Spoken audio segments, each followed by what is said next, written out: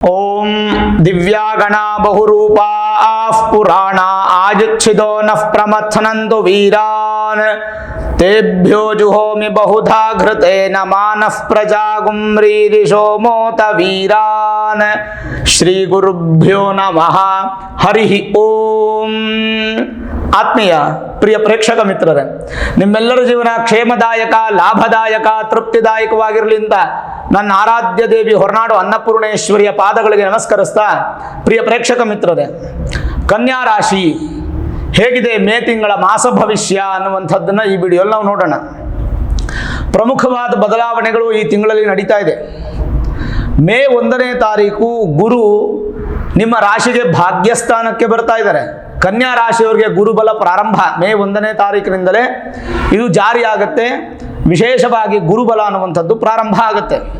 ಹಾಗೆ ಮೇ 10ನೇ ತಾರೀಕು ಬುಧ ಅಂದರೆ ನಿಮ್ಮ ರಾಶ್ಯಾಧಿಪತಿಯಾದಂಥ ಬುಧ ಅಷ್ಟಮ ಸ್ಥಾನಕ್ಕೆ ಶತ್ರುವಿನ ಮನೆಗೆ ಬರ್ತಾರೆ.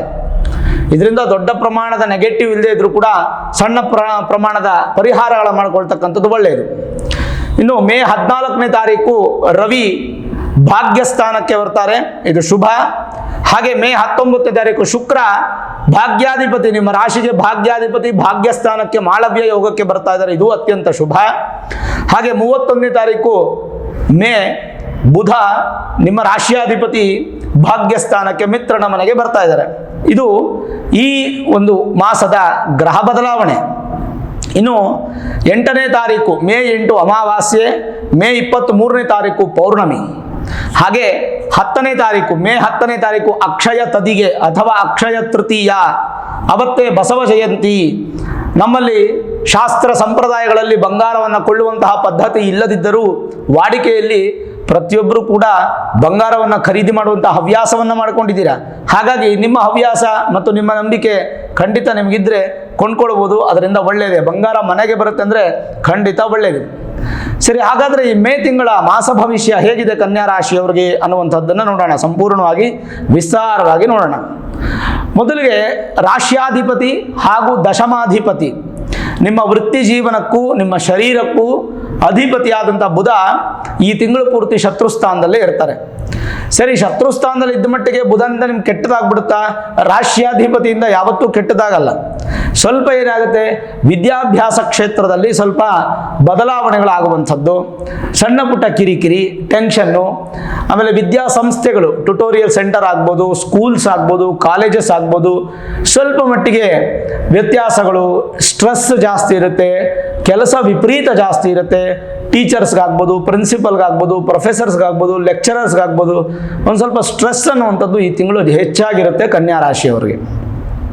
ಇದಕ್ಕೆ ಪರಿಹಾರ ಏನಪ್ಪ ಅಂತಂದರೆ, ಪ್ರತಿನಿತ್ಯ ವಿಷ್ಣು ಸಹಸ್ರನಾಮವನ್ನು ಹೇಳ್ಕೊಳ್ಳುವಂಥದ್ದು, ಅಥವಾ ನಿಮಗೆ ಸೋಷಿಯಲ್ ಮೀಡಿಯಾಗಳೆಲ್ಲ ಸಿಗುತ್ತೆ ಅದನ್ನು ಕೇಳುವಂಥದ್ದು. ಎರಡರಲ್ಲಿ ಯಾವುದಾದ್ರೂ ಒಂದು ಮಾಡಿದ್ರೂ ಸಾಕು, ಖಂಡಿತವಾಗಲೂ ಅನುಕೂಲ, ಅಭಿವೃದ್ಧಿ ಅನ್ನುವಂಥದ್ದು ಕನ್ಯಾ ರಾಶಿಯವರಿಗೆ ಸಿಗುತ್ತೆ. ಇದು ಬಹಳ ಸಣ್ಣ ದೋಷ, ಆದ್ದರಿಂದ ಇದ್ರ ಬಗ್ಗೆ ಹೆಚ್ಚು ಟೆನ್ಷನ್ ತಗೊಳ್ಳೋ ಅವಶ್ಯಕತೆ ಖಂಡಿತ ಇಲ್ಲ. ಇನ್ನು ರಾಶಿಯಿಂದ ಪಂಚಮ ಹಾಗೂ ಷಷ್ಠಾಧಿಪತಿಯಾಗಿರ್ತಕ್ಕಂಥ ಶನಿ, ಯಾವುದೇ ಬಾಧೆ ಇಲ್ಲ ನಿಮಗೆ, ಯಾವುದೇ ಶನಿಗೆ ಸಂಬಂಧಪಟ್ಟಂಥ ಬಾಧೆ ಇಲ್ಲ. ಹಾಗಾಗಿ ನಿರರ್ಗಳವಾಗಿ ಸಂತೋಷವಾಗಿರ್ಬೋದು ನೀವು.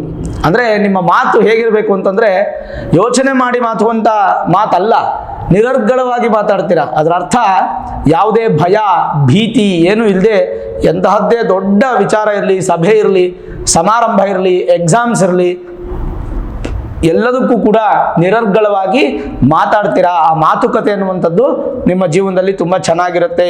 ಶನಿಯಿಂದ ಉದ್ಯೋಗದಲ್ಲಿ ಯಾವುದೇ ಸಮಸ್ಯೆಗಳಿರೋದಿಲ್ಲ. ಕನ್ಯಾ ರಾಶಿಯವರಿಗೆ ಏನಾದರೂ ಉದ್ಯೋಗ ಬದಲಾವಣೆ ಮಾಡಬೇಕು ಅಂದರೆ ಇದು ಒಳ್ಳೆಯ ಸಮಯ. ಮೇ 1ನೇ ತಾರೀಕಿನಿಂದ ಗುರುಬಲ ಬರ್ತಾ ಇದೆ. ಮೂಲ ಜಾತಕದಲ್ಲಿ ಗುರು ಎಲ್ಲಿದೆ ನೋಡಿಕೊಂಡು, ಮತ್ತೆ ವಿಶೇಷವಾಗಿ ಶನಿನೂ ಚೆನ್ನಾಗಿರೋದ್ರಿಂದ ಖಂಡಿತವಾಗಲೂ ಉದ್ಯೋಗ ಸ್ವಿಚ್ ಮಾಡಲಿಕ್ಕೆ ಪ್ರಯತ್ನ ಪಡ್ಬೋದು. ಜೊತೆಗೆ ಉದ್ಯೋಗದಲ್ಲಿ ಪ್ರಮೋಷನ್ನು, ಇನ್ಕ್ರಿಮೆಂಟು, ಆನ್ಸೈಟ್ ಚಾನ್ಸಸ್ಸು ಇವೆಲ್ಲವೂ ಕೂಡ ನಿಮಗೆ ಸಿಗಬಹುದು. ಆದರೆ ನಿಮ್ಮ ಒಂದು ಸಣ್ಣ ಪ್ರಯತ್ನ ಅದಕ್ಕೆ ಬೇಕು, ಅದಕ್ಕೆ ಶನಿ ಸಪೋರ್ಟ್ ಮಾಡ್ತಾರೆ. ಇನ್ನು ರಾಶಿಯಿಂದ ತೃತೀಯ ಮತ್ತು ಅಷ್ಟಮಾಧಿಪತಿ ಆಗಿರ್ತಕ್ಕಂಥ ಕುಜ, ಅವರು ಸಪ್ತಮದಲ್ಲಿದ್ದಾರೆ. ಸಪ್ತಮದಲ್ಲಿ ಯಾರ ಜೊತೆಗಿದ್ದಾರೆ? ರಾಹುವಿನ ಒಟ್ಟಿಗೆ ಇದ್ದಾರೆ. 7ನೇ ಮನೆಯಲ್ಲಿ ಕುಜ ರಾಹುವಿನ ಒಟ್ಟಿಗೆ ಇದ್ದರೆ ಏನು ಫಲ ಅನ್ನುವಂಥದ್ದನ್ನು ನಾವು ನೋಡೋಣ. ಮುಖ್ಯವಾಗಿ 7ನೇ ಮನೆಯನ್ನು ನಾವು ಹೌಸ್ ಆಫ್ ಮ್ಯಾರೇಜ್ ಅಂತ ಕರಿತೀವಿ, ವಿವಾಹ ಸ್ಥಾನ ಅಂತ ಕರಿತೀವಿ.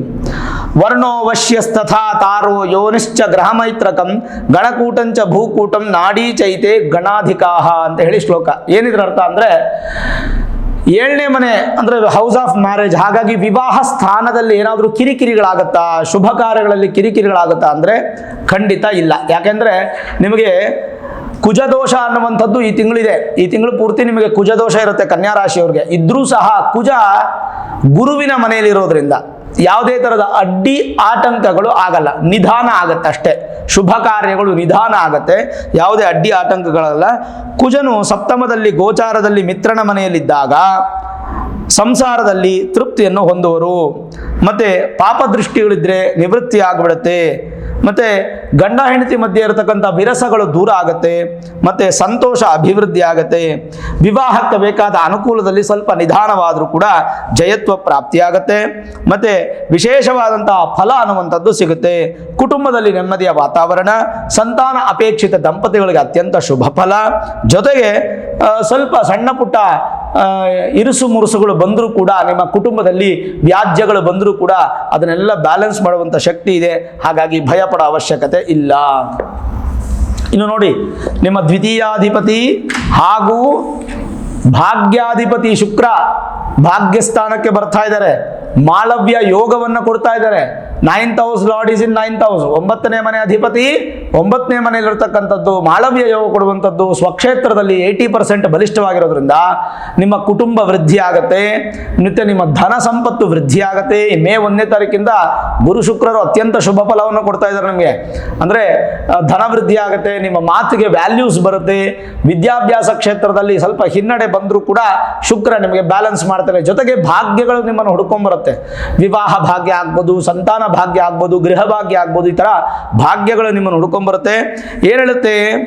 9ನೇ ಮನೆಯಲ್ಲಿ ಶುಕ್ರ ಇದ್ದಾಗ ಸೌಮ್ಯೇ ಧರ್ಮಸ್ಥಿತೆ ಸ್ಯಾದ್ ಗುರು ಪಿತೃಮನಸ ಶ್ವೇಶ್ವರಾಣಾಂ ಪ್ರಸಾದೋ ವೃದ್ಧಿರ್ಭಾಗ್ಯಸ್ಯ ಧರ್ಮಸ್ಯ ಚ ಶುಭ ತಪಸ ಮಾರ್ದ್ರತಾ ಪೌತ್ರ ಸೌಖ್ಯಂ ಎನ್ನುವಂತೆ ಶುಕ್ರ ಮಾಳವ್ಯ ಯೋಗದಲ್ಲಿ ಭಾಗ್ಯಸ್ಥಾನದಲ್ಲಿ ಇದ್ದಾಗ ದೇವರ ಮೇಲೆ ಭಕ್ತಿ, ಗುರುಗಳ ಮೇಲೆ ಭಕ್ತಿ, ಪಿತೃಗಳ ಮೇಲೆ ಭಕ್ತಿ ಹಾಗೂ ದೇವಗುರು ಪಿತೃಗಳ ಆಶೀರ್ವಾದ ಅನುಗ್ರಹ ಅನ್ನುವಂಥದ್ದು ಸಿದ್ಧಿಯಾಗತ್ತೆ.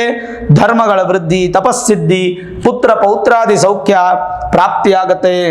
ಅದರಲ್ಲೂ ಶುಕ್ರನು ಏನಾದರೂ ಸ್ವಕ್ಷೇತ್ರದಲ್ಲಿದ್ದರೆ ಸುಖ, ಪ್ರೀತಿ, ಭೋಗ, ಅಲಂಕಾರ, ಮೃದು ಸ್ವಭಾವ, ಮಧುರ ನುಡಿ, ಸ್ತ್ರೀ ಸಹಜ ಪ್ರವೃತ್ತಿಗಳು ನಿಮಗೆ ಬಹಳಷ್ಟು ಉತ್ತಮ ಫಲವನ್ನು ಕೊಡುತ್ತೆ. ಭಾಗ್ಯ ಪ್ರಾಪ್ತಿಯಾಗುತ್ತೆ. ಭಾಗ್ಯಲಕ್ಷ್ಮಿ ನಿಮ್ಮನ್ನು ಹುಡ್ಕೊಂಡ್ಬರುತ್ತೆ. ನಿಮ್ಮ ಪ್ರಯತ್ನ ಸ್ವಲ್ಪ ಮಟ್ಟಿಗೆ ಇದ್ದರೆ ಸಾಕು. ಭಾಗ್ಯದ ಗ್ರಹ ಅಂತಲೇ ಕರಿತೀವಿ ಶುಕ್ರನನ್ನ. ಮತ್ತು ಅಲಂಕಾರದ ವಸ್ತುಗಳ ಒಂದು ವ್ಯಾಪಾರ ಮಾಡುವಂಥವರು, ಬ್ಯೂಟಿ ಪಾರ್ಲರು, ಬ್ಯೂಟಿಷಿಯನ್ಸು, ಕನ್ಯಾ ರಾಶಿಯ ಸಿನಿಮಾ ನಟ ನಟಿಯರು, ಕಲಾವಿದರು, ಮತ್ತು ಆರ್ಕಿಟೆಕ್ಟು, CA, ಆಮೇಲೆ ಪೋಷಕರು, ಮತ್ತು ಎಡಿಟಿಂಗು, ಮತ್ತು ವಿಶೇಷವಾಗಿ ಕ್ಯಾಮ್ರಾಮ್ಯಾನ್ಸು, ಆ ವಿಡಿಯೋ ಸಂಬಂಧಪಟ್ಟಂಥ ಆ್ಯನಿಮೇಷನ್ಸು, ಗ್ರಾಫಿಕ್ಸ್ ಡಿಸೈನರ್ಸು, ಇವರಿಗೆಲ್ಲ ತುಂಬ ಚೆನ್ನಾಗಿರುತ್ತೆ.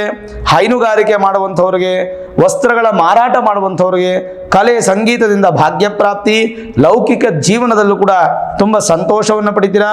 ಶಾಸ್ತ್ರ ಬುದ್ಧಿಯು, ಕಲಾ ಬುದ್ಧಿಯು, ಕಲಾವಿದರಿಗೂ ಸಂಗೀತ ತಜ್ಞರಿಗೂ ಬಲಿಷ್ಠವಾದ ಶುಕ್ರ ಭಾಗ್ಯದ ಫಲವನ್ನೇ ತೆರೆಯುವನು. ಇನ್ನು ಕೆಲವೊಂದಿಷ್ಟು ಸಂದರ್ಭಗಳಲ್ಲಿ ಆತುರದ ಸ್ವಭಾವಗಳು ನಿಮ್ಮದಾಗತ್ತೆ ಕನ್ಯಾ ರಾಶಿಯವರಿಗೆ. ಹಾಗಾಗಿ ಆತರ ಪಡೋ ಅವಶ್ಯಕತೆ ಇಲ್ಲ. ಏನೇ ಆದರೂ ರಾಜಯೋಗ ಅನ್ನುವಂಥ ಒಂದು ಅದ್ಭುತವಾದ ಸಂದರ್ಭ ನಿಮಗಿರೋದ್ರಿಂದ ಒಳ್ಳೆ ಉತ್ತಮ ಫಲ ಆಗುತ್ತೆ. ಏನಪ್ಪ ಇದರ ಯೋಗ ಅಂದರೆ ಅತಿ ಮಾನುಷ ಯೋಗ. ಮಾಳವ್ಯ ಯೋಗ ಜೊತೆಗೆ ಅತಿ ಮಾನುಷ ಯೋಗ ಅನ್ನುವಂಥದ್ದು ನಿಮಗೆ ಪ್ರಾಪ್ತಿ ಆಗ್ತಾ ಇದೆ. ಹಾಗಾಗಿ ಶುಕ್ರನಿಂದ ಶುಭ, ಯಾವುದೇ ಪರಿಹಾರ ಬೇಕಿಲ್ಲ. ಇನ್ನು ನಿಮ್ಮ ರಾಶಿಯಿಂದ 12ನೇ ಮನೆ ಅಧಿಪತಿ ಸೂರ್ಯ, ಅವರು ಭಾಗ್ಯಸ್ಥಾನಕ್ಕೆ ಬರ್ತಾ ಇದ್ದಾರೆ. ಸೂರ್ಯ ಭಾಗ್ಯಸ್ಥಾನಕ್ಕೆ ಬಂದಾಗ ಏನು ಫಲ? ರವಿಯು ಭಾಗ್ಯದಲ್ಲಿದ್ದರೆ ಧರ್ಮೆ ಸುತಾರ್ಥ ಸುಖಭಾ ಹೇಳುವಂಥ ಶ್ಲೋಕ. ಧಾರ್ಮಿಕರು, ಸುಖವಂತರು, ಧನವಂತರು, ಪಿತೃವಂಶ ಖ್ಯಾತವನ್ನು ಉಳಿಸುವಂಥವರು, ಮತ್ತು ಆಸ್ತಿಕರು, ಪಾಪ ರಹಿತರು ಆಗ್ತೀರಾ. ಮತ್ತು ಪ್ರಬಲನಾದರೆ ರಾಜಪೂಜಿತನು, ಕುಲಮಾನ್ಯನು, ಉನ್ನತ ಅಧಿಕಾರದಿಂದ ರಾರಾಜಿಸಲ್ಪಡ್ತೀರಾ, ಸರ್ಕಾರದಿಂದ ಸಹಕಾರ ದೊರೆಯುತ್ತದೆ, ರೈತರಿಗೆ ಉತ್ತಮ ಫಲ ಸಿಗುತ್ತೆ, ಮಣ್ಣನ್ನು ನಂಬಿಕೊಂಡು ಜೀವನ ಮಾಡುವಂಥವ್ರಿಗೆ ಅಭಿವೃದ್ಧಿ, ರಿಯಲ್ ಎಸ್ಟೇಟಲ್ಲಿ ಸಕ್ಸಸ್ಸು, ಮತ್ತು ವಾಹನ ಮಾಲೀಕರಿಗೆ, ವಾಹನ ಚಲಾಯಿಸುವವರಿಗೆ, ವಾಹನವನ್ನು ನಂಬಿ ಜೀವನ ಮಾಡುವಂಥವರಿಗೆ ಅನುಕೂಲ, ಭಾಗ್ಯಪ್ರದ, ಭಾಗ್ಯಾಧಿಪತಿ ವಿಶೇಷ ಫಲಗಳನ್ನು ಜೊತೆ ಕೊಡೋದ್ರಿಂದ ಶುಕ್ರ ಮತ್ತು ಸೂರ್ಯ ಇಬ್ಬರು ಕೂಡ ಉತ್ತಮ ಫಲ ಕೊಡ್ತಾರೆ. ಹಾಗಾಗಿ ಏನು ಯೋಚನೆ ಮಾಡೋ ಅವಶ್ಯಕತೆ ಇಲ್ಲ. ನಿಮ್ಮ ಭಾಗ್ಯ ಸ್ಥಾನದಲ್ಲಿರ್ತಕ್ಕಂಥ ಸೂರ್ಯನು ನಿಮಗೆ ಒಳ್ಳೆಯ ಫಲ ಕೊಟ್ಟು ಇಂಪೋರ್ಟೆಂಟ್ ಎಕ್ಸ್ಪೋರ್ಟ್ ಬಿಸ್ನೆಸ್ಸು, ವಿದೇಶಿ ಪ್ರಯಾಣ ಇತ್ಯಾದಿಗಳಲ್ಲಿ ಅನುಕೂಲಗಳನ್ನು ತುಂಬ ಬಲಿಷ್ಠ ಮಾಡ್ತಾರೆ. ಇನ್ನು ರಾಶಿಯಿಂದ ಚತುರ್ಥ ಹಾಗೂ ಸಪ್ತಮ, 4ನೇ ಮನೆ ಸುಖಸ್ಥಾನ, ಸಪ್ತಮ ಸ್ಥಾನ ವಿವಾಹ ಸ್ಥಾನ, ಗುರು ಬಲ ಬರ್ತಾ ಇದೆ.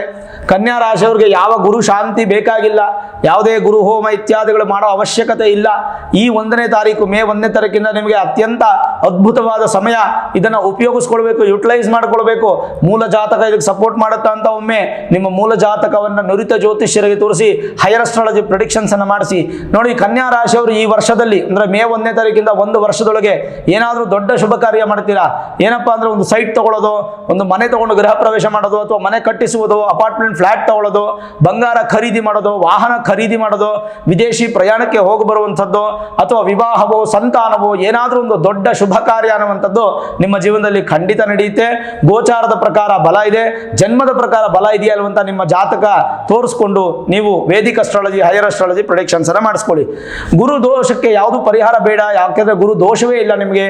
ಹಾಗೂ ಬೇಕು ಅಂತಂದ್ರೆ ಇದೇ ಏಪ್ರಿಲ್ 30ನೇ ತಾರೀಕು ಅಂದ್ರೆ ಮೇ 1ನೇ ತಾರೀಕು ಗುರು ಗೋಚಾರ ಆಗೋದ್ರಿಂದ ಏಪ್ರಿಲ್ 30ನೇ ತಾರೀಕು ನಿಮ್ಮ ಮನೆ ಸುತ್ತಮುತ್ತಲ ಎಲ್ಲಾದರೂ ದೇವಸ್ಥಾನಗಳಲ್ಲಿ ಗುರು ಶಾಂತಿ ಹೋಮ ಮಾಡ್ತಾರೆ. ಬೇಕು ಅಂತಂದ್ರೆ ಕಂಪಲ್ಸರಿ ಏನಿಲ್ಲ, ಅಲ್ಲೋಗಿ ನೀವು ಹೆಸರು, ನಕ್ಷತ್ರ, ಗೋತ್ರ, ರಾಶಿ ಬರೆಸಿದ್ರೆ ಖಂಡಿತವಾಗ್ಲೂ ಸಂಕಲ್ಪ ಆಗುತ್ತೆ. ಸಂಕಲ್ಪ ಆಗಿ ನಿಮಗೆ ಗುರುವಿನ ಮತ್ತಷ್ಟು ಅನುಗ್ರಹ ಸಿಗುತ್ತೆ. ನಿಮ್ಗೇನಾದ್ರೂ ಅನುಕೂಲ ಆಗಲಿಲ್ಲ ಅಂತಂದ್ರೆ ನಮ್ಮಲ್ಲಿ ನಿಮಗೋಸ್ಕರ 333 ರೂಪಾಯಿಗೆ ಸಂಕಲ್ಪ ಸೇವೆಯನ್ನು ಇಟ್ಟಿದ್ದೀವಿ. ನಿಮ್ಮ ಗೋತ್ರ, ನಕ್ಷತ್ರ, ರಾಶಿ ಹೆಸರನ್ನು ಕಳಿಸ್ಕೊಟ್ಟು 333 ರೂಪಾಯಿ ನೀವು ಕಳಿಸ್ಕೊಟ್ಟು ಅಡ್ರೆಸ್ಸನ್ನು ಕಳಿಸಿದ್ರೆ ಫೇಸ್ಬುಕ್ ಮತ್ತು ಯೂಟ್ಯೂಬಲ್ಲಿ ಲೈವ್ ಆಗಿ ನೀವು ಸ್ಟ್ರೀಮ್ ಆಗುತ್ತೆ, ಅದನ್ನು ನೀವು ನೋಡಬಹುದು. ಸಂಕಲ್ಪ ಸೇವೆ ಆಗುತ್ತೆ. ಪ್ರಸಾದ ಒಂದು 10-12 ದಿನಗಳಲ್ಲಿ ನಿಮ್ಮ ಮನೆಗೆ ಕೊರಿಯರ್ ಮುಖಾಂತರ ಬರುತ್ತೆ. ಇದೇನು ಕಂಪಲ್ಸರಿ ನಮ್ಮಲ್ಲೇ ಮಾಡಿಸಿ ಅಂತ ನಾನು ಕಮರ್ಷಿಯಲ್ ಆಗಿ ಹೇಳ್ತಿಲ್ಲ, ಮ್ಯಾಂಡೇಟರಿ ಏನಲ್ಲ. ನಿಮ್ಮ ಮನಸ್ಸಿಗಿದ್ರೆ ನೀವು ಮಾಡಿಸ್ಬೋದು. ಅದರಲ್ಲಿ ಮಾಡಿಸ್ಬೇಕು ಅಂದರೆ ಕೆಳಕಂಡಂಥ ನಂಬರ್ಗಳಿಗೆ ನೀವು ಫೋನ್ ಮಾಡಿದ್ರೆ ಅದರ ಡೀಟೇಲ್ಸ್ ಹೇಳ್ತಾರೆ, ಅದರಂತೆ ನೀವು ಮಾಡಬಹುದು. ಇನ್ನು ಗುರು ಏನಾಗುತ್ತೆ, ಭಾಗ್ಯದಲ್ಲಿದ್ದಾಗ ವ್ಯಾಕರಣ, ಶಾಸ್ತ್ರ, ತರ್ಕ, ಕಾನೂನು ಹಾಗೂ ಪ್ರಾಚೀನ ಶಾಸ್ತ್ರಗಳಲ್ಲಿ ಪಂಡಿತರಾಗ್ತೀರಾ. ಔದಾರ್ಯ, ತಪಸ್ಸು, ನೈತಿಕತೆ ನಿಮಗೆಲ್ಲವೂ ಕೂಡ ಸಿಗುತ್ತೆ. ಉತ್ತರೋತ್ತರ ಅಭಿವೃದ್ಧಿ ಆಗುತ್ತೆ. ಭಾಗ್ಯಕ್ಕೆ ಗುರು ಬಂದಾಗ ಭಾಗ್ಯಫಲ, ಸಾತ್ವಿಕ ಸಂಪತ್ತು, ನ್ಯಾಯವಾದ ಮಾರ್ಗದಲ್ಲಿ ದುಡಿಮೆ ಪ್ರಾಪ್ತಿಯಾಗುತ್ತೆ. ಆಕಾಶದ ಅವಕಾಶ ತತ್ವಗಳು ತುಂಬ ಸಿಗುತ್ತೆ. ಪೈಲಟ್ ಆಗಿರೋಂಥವ್ರು ಆಗ್ಬೋದು, ಅಥವಾ ಸ್ಕೈ ಸ್ಕೇಪರ್ಸ್ ಆಗ್ಬೋದು, ಅಥವಾ ನೀವೇನಾದರೂ ವಿಜ್ಞಾನಿಗಳಾಗಿ ಚಂದ್ರಮಂಡಲಕ್ಕೆ ಹೋಗುವಂಥದ್ದು ಈ ಥರದ್ದು ಏನಾದರೂ ಇತ್ತಂದರೆ ಸೈಂಟಿಸ್ಟ್ಗಳಾಗಿದ್ದರೆ ನಿಮಗೆಲ್ಲ ತುಂಬ ಚೆನ್ನಾಗಿರುತ್ತೆ. ವೃತ್ತಿಯಲ್ಲಿ ಅಭ್ಯುದಯ, ಅತ್ಯಂತ ಬಲಿಷ್ಠವಾದ ಅತೀಂದ್ರ ಶಕ್ತಿಯು ಗುರು ನಿಮಗೆ ಫಲವಾಗಿ ಕೊಡ್ತಾ ಇದ್ದಾನೆ. ಸಮಾಜದಲ್ಲಿ ಉತ್ತಮ ಪ್ರಮುಖವಾದಂಥ ಸಂದರ್ಭಗಳಲ್ಲಿ ಸಿಗುತ್ತೆ ನಿಮಗೆ, ಅಂದರೆ ಬಲ ಸಿಗುತ್ತೆ, ಅಧಿಕಾರ ಸಿಗುತ್ತೆ, ಅತ್ಯಂತ ಅನುಕೂಲ, ಶುಭಪ್ರದ. ಫಿನಾನ್ಷಿಯಲ್ ವಿಚಾರದಲ್ಲಿ, ಫಿನಾನ್ಷಿಯಲ್ ವ್ಯಾಪಾರದಲ್ಲಿ ಅನುಕೂಲ ಪ್ರಾಪ್ತಿಯಾಗುತ್ತೆ. ಅರ್ಚಕ ವೃತ್ತಿ, ಮಂತ್ರ ಹಾಗೂ ಶಾಸ್ತ್ರಬದ್ಧ ದೇವಾಲಯ ಪೂಜೆಗಳಿಂದ ನಿಮಗೆ ಉತ್ತಮ ಫಲ ಸಿಗುತ್ತೆ. ಮತ್ತು ಮಕ್ಕಳಿಂದ ಭಾಗ್ಯ ಪ್ರಾಪ್ತಿ, ಷೇರು ವ್ಯವಹಾರದಲ್ಲೂ ಕೂಡ ಅತ್ಯಂತ ಶುಭ ಫಲ ಕನ್ಯಾ ರಾಶಿಯವರಿಗೆ. ಇನ್ನು ಜನರಲೈಸ್ ಆಗಿ ನೋಡೋದಾದರೆ ಏನೇನು ಫಲ ಅಂತಂದರೆ ಶುಭದಾಯಕ. ಷೇರು ವ್ಯವಹಾರದಲ್ಲಿ ಹಣ ಹೂಡಿಕೆಯಲ್ಲಿ ಅನುಕೂಲ ಪ್ರಾಪ್ತಿ ಇದೆ. ನಿಮ್ಮ ಬುದ್ಧಿ ಹಾಗೂ ಕಷ್ಟ ಪರಿಶ್ರಮದಿಂದ ಜಯಪ್ರಾಪ್ತಿ. ಸಹೋದರರಿಂದ ಆಗುವಂಥ ಮನಸ್ತಾಪಗಳಿಂದ ದೂರವಾಗುತ್ತೆ. ಉದಾರ ಮನಸ್ಸು ನಿಮ್ಮದಾಗುತ್ತೆ. ದೇವಾಲಯ ದರ್ಶನ ಹಾಗೂ ಪ್ರಯಾಣ ಹೆಚ್ಚಾಗಿರುತ್ತೆ. ಬಂಗಾರ ಹಾಗೂ ಲೋಹದ ವ್ಯಾಪಾರಿಗಳಿಗೆ ಅತ್ಯಂತ ಉತ್ತಮ ಫಲ. ಎಲ್ಲರೂ ಇಷ್ಟಪಡುವಂತಹ ಸ್ವಭಾವ ನಿಮ್ಮದಾಗುತ್ತೆ. ತೃಪ್ತಿಕರವಾಗಿರುತ್ತೆ. ಶಿಕ್ಷಕರಿಗೆ ಉತ್ತಮವಾದಂಥ ಫಲ. ಭೂಮಿ ಸಂಬಂಧಪಟ್ಟಂಥ ವ್ಯವಹಾರದಲ್ಲಿ ಅಭಿವೃದ್ಧಿ ಇದೆ. ಏನೂ ಎಚ್ಚರ ವಹಿಸೋ ಅವಶ್ಯಕತೆ ಇಲ್ಲ. ಧೈರ್ಯವಾಗಿ ನ್ಯಾಯವಾಗಿ ಮುನ್ನುಗ್ಗುವಂಥದ್ದು ಬಹಳ ಒಳ್ಳೆಯದು. ಕುಟುಂಬ ಸಮೇತ ಪ್ರಯಾಣ, ದೇವಾಲಯ ದರ್ಶನ, ಪುಣ್ಯಕ್ಷೇತ್ರಗಳ ದರ್ಶನ ಮಾಡುವಂಥದ್ದು. ವಿದ್ಯಾರ್ಥಿಗಳಿಗೆ ಸಣ್ಣ ಪುಟ್ಟ ವ್ಯತ್ಯಾಸಗಳಾದರೂ ಕೂಡ ಅನುಕೂಲ ಆಗುತ್ತೆ. ವಾಹನ ಚಾಲನೆಯಲ್ಲೂ ಕೂಡ ಶುಭ. ನಿಮ್ಮ ಕೆಲಸಗಳಲ್ಲಿ ಜಯಪ್ರಾಪ್ತಿ, ಅಧಿಕ ಧನಲಾಭ, ದೇವಾಲಯ ದರ್ಶನದಿಂದ ಅನುಕೂಲ, ಸಂತಾನ ಅಪೇಕ್ಷಿತ ದಂಪತಿಗಳಿಗೆ ಶುಭ ಮಾಸ. ಶುಭದಾಯಕವಾಗಿರ್ತಕ್ಕಂಥ ವಿಚಾರ, ಆರೋಗ್ಯದಲ್ಲಿ ವೃದ್ಧಿ, ಯತ್ನ ಕಾರ್ಯಗಳಲ್ಲಿ ಜಯಪ್ರಾಪ್ತಿ, ರಾಜಕೀಯ ವ್ಯಕ್ತಿಗಳಿಗೆ ಅತ್ಯಂತ ಶುಭ ಮಾಸ, ಸರ್ಕಾರಿ ಕೆಲಸಗಳಲ್ಲೂ ಕೂಡ ಕಾಂಟ್ರಾಕ್ಟ್ ಕೆಲಸ ಮಾಡುವಂಥವ್ರಿಗೂ ಕೂಡ ಬಹಳ ಒಳ್ಳೆ ಫಲ, ಅದೃಷ್ಟದ ಮಾಸ ನಿಮ್ಮದಾಗತ್ತೆ. ಸಂದೇಹ ಯಾವುದೇ ಪಡೋ ಅವಶ್ಯಕತೆ ಇಲ್ಲ. ಕೇವಲ ಬುಧ ಮಾತ್ರ ಚೆನ್ನಾಗಿಲ್ಲ, ನಿಮ್ಮ ರಾಶ್ಯಾಧಿಪತಿ ಹಾಗೂ ದಶಮಾಧಿಪತಿ. ಹಾಗಾಗಿ ವೃತ್ತಿಯಲ್ಲಿ ಸ್ವಲ್ಪ ಎಚ್ಚರ ವಹಿಸಿ, ಭಯ ಪಡೋ ಅವಶ್ಯಕತೆ ಏನೂ ಇಲ್ಲ. ವಿದ್ಯಾರ್ಥಿಗಳು ಹಾಗೂ ವೃತ್ತಿಯನ್ನು ಜೀವನ ಮಾಡ್ತಾ ಇರತಕ್ಕಂಥ ವ್ಯಕ್ತಿಗಳು, ಸ್ತ್ರೀ ಆಗಲಿ ಪುರುಷರಾಗಲಿ, ಪ್ರತಿದಿನ ವಿಷ್ಣು ಸಹಸ್ರನಾಮವನ್ನು ಕೇಳುವಂಥದ್ದು ನಿಮಗೆ ಬುಧನ ಅನುಗ್ರಹ, ಬುಧ ಅಂದರೆ ಮಹಾವಿಷ್ಣು ಅನುಗ್ರಹ ಸಿಕ್ಕಿ ಖಂಡಿತ ಒಳ್ಳೆ ಫಲ ಸಿಗುತ್ತೆ. ನೋಡೋದ್ರಲ್ಲ ವೀಕ್ಷಕರೇ, ಈ ವಿಡಿಯೋ ಇಷ್ಟ ಆಗಿದ್ರೆ ಲೈಕ್ ಮಾಡಿ, ಶೇರ್ ಮಾಡಿ, ಮುಖ್ಯವಾಗಿ ನಮ್ಮ ಚಾನಲ್ಗೆ ಸಬ್ಸ್ಕ್ರೈಬ್ ಮಾಡಿ, ಬೆಲ್ ಐಕಾನನ್ನು ಪ್ರೆಸ್ ಮಾಡಿ.